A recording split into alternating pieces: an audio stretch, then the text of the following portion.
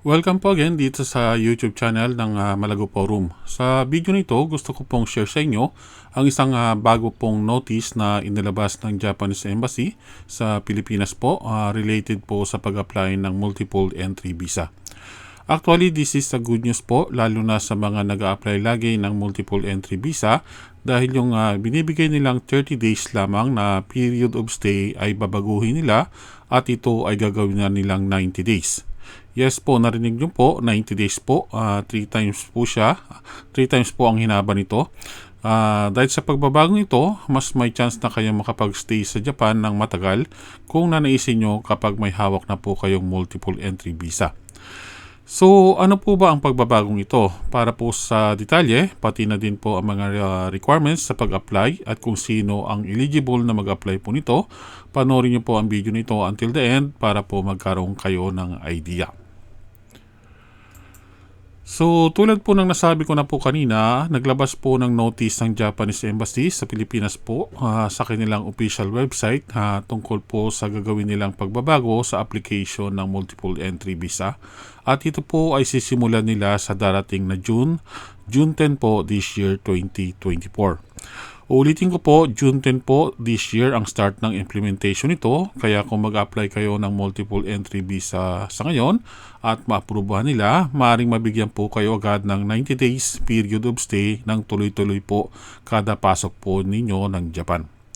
Ang dati lang pong niyang binigay sa mga multiple entry visa holder noon ay 30 days na lamang po na period of stay. At ito nga po ay pahabain na nila ng 3 times at magiging 90 days na po. Meaning, kada pasok niyo po ng Japan, 90 days straight na kayo pwede magstay ng Japan nang walang uwian po. Then, bago matapos ang 90 days, pwede po kayo umuwi muna. Then, pasok muli ng Japan kung gusto niyo. Pwede nyo yan magawa ng paulit-ulit as long na valid po ang hawak ninyong multiple entry visa na binigay po ng Japanese Embassy sa Pilipinas. Okay? So, punta naman po tayo sa mga common requirements sa pag-apply po ng multiple entry visa base po sa inilabas po nilang notice. So, ano naman po ang mga conditions para po maaring mabigyan kayo ng 90 days na multiple entry visa? So, the main condition po dito ay dapat meron kayong considerable financial capacity. So, sa madaling salita, dapat na mapera kayo. Meaning talagang mapera po talaga kayo, dapat kayo para mapatunayan yung kaya nyong magstay ng matagal for 90 days dito sa Japan. Ano man ang purpose ninyo, maging temporary visitor man kayo ng family nyo dito sa Japan or for tourism man ang purpose nyo at pumunta kayo dito mag-isa or for business purpose po. So kahit alin dito ang purpose ninyo at meron kayong maipakitang sapat na pera, then malaki ang possibility daw na mabigyan po kayo ng multiple entry visa na 90 days po ang period. Para naman po sa mga requirements na kailangan nyo pong ipasa o ihanda for multiple entry visa application, simple lamang po ang mga ito. So, number 1 po ay yung passport po mismo ng visa applicant po. Okay? Then, the number 2 po ay yung visa application form na pwede nyo pong ma-download sa kanilang official website or pwede nyo po rin pong mahingi sa mga accredited travel agency pag pumunta po kayo doon para po mag-submit ng inyong visa application. Okay?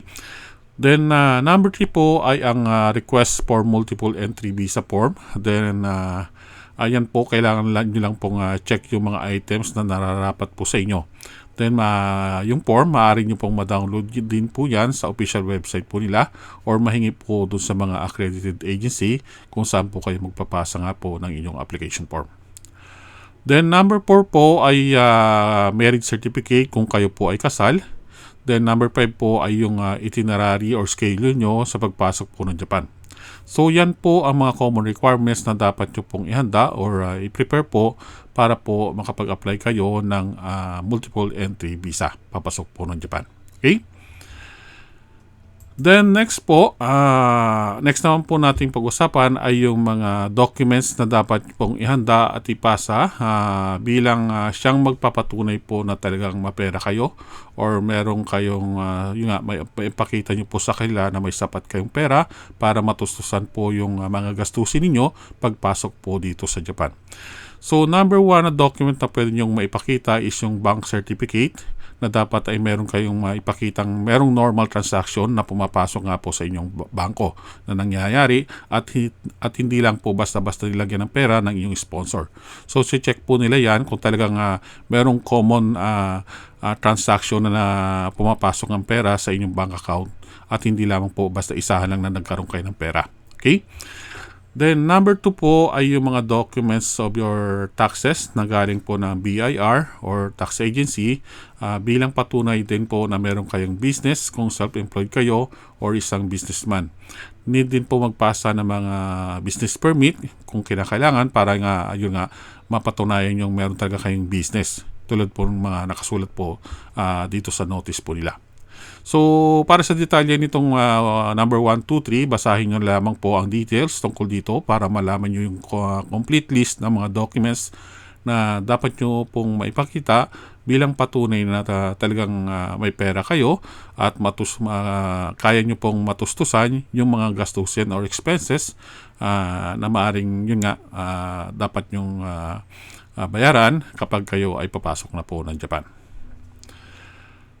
Then next naman po, tungkol sa kapag yung applicant naman ay isang may family po dito sa Japan, siya po ay asawa o anak ng isang family man living here in Japan. So kailan nyo po mag-submit ng document proving your relationship. So kung halimbawa mag-asawa po kayo, kailan po magpasa kayo ng marriage certificate.